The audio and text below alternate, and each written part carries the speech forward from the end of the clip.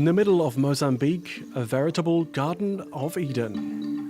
Gorongosa Park is home to rare biodiversity, with hundreds of species spread out over some 4,000 square kilometers. Scientists come from all over the world to what is today a privileged place of study. And one of the best ways to study fauna up close is from up on high. All good? Yes, all good. This helicopter is carrying a team of wildlife conservationists who are surveying elephant herds. Here in the south of the park, it doesn't take long to spot the first ones. Is there solitary bull? Yeah, no color. Nice. I know one there. Where? More two here. Three. Some of the elephants have been fitted with GPS collars. The rangers want to verify that their population is growing. They also study their movements and their habits to better protect them. The population is increasing. We are about almost 100,000 elephants. We are proud because this is our goals and objectives. I'll be a China. We are happy. Today, Gorongosa Park is a wildlife paradise. But the memory of the horror that struck 45 years ago remains. In 1977, civil war broke out. The park became a battlefield and the animals found themselves caught up in the fighting.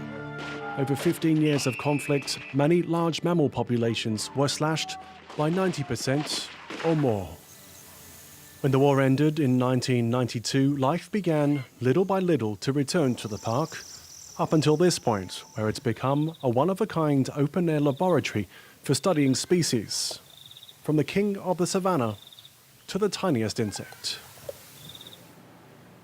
Nora Vicente is one of the park's curators. In these cabinets, she keeps track of all the insects and reptiles present here. These are new species and also endemic species for Mount Gorongosa. You cannot protect something that you don't know, of course. So that's why we do this systematically classification in order to know what are the species that Gorongosa has, what are the unique species that we need to take care. Some of the species studied by the scientists are endangered, such as the pangolin. Its scales are highly prized in the Asian market for their supposed medicinal properties. This one was rescued a day ago, taken from the hands of poachers. It's hungry and in a hurry for its lunch, termites. I am feeding the pangolin. I'm helping him because it's the first time this pangolin is coming here for feeding. After days of captivity with poachers, he needs to eat to get strong, to be released later.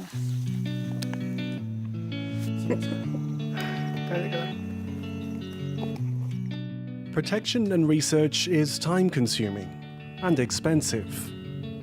But the park stumbled upon good fortune thanks to this man. Greg Carr is an American billionaire who made his fortune in computer software. Yeah, that's perfect. He fell in love with Gorongosa when he first visited in 2004. Since then, he's invested up to €3 million per year in the park. You know, how could you find a better place to spend money than saving the most important ecosystem in the world and helping some of the poorest people in the world? I mean, who wouldn't want to spend all their money here? The park has become a model for conservation. The next step is to reintroduce rhinos, one of the last missing species. Lions have well and truly returned. Their numbers have increased from 10 to around 200 in the last 20 years.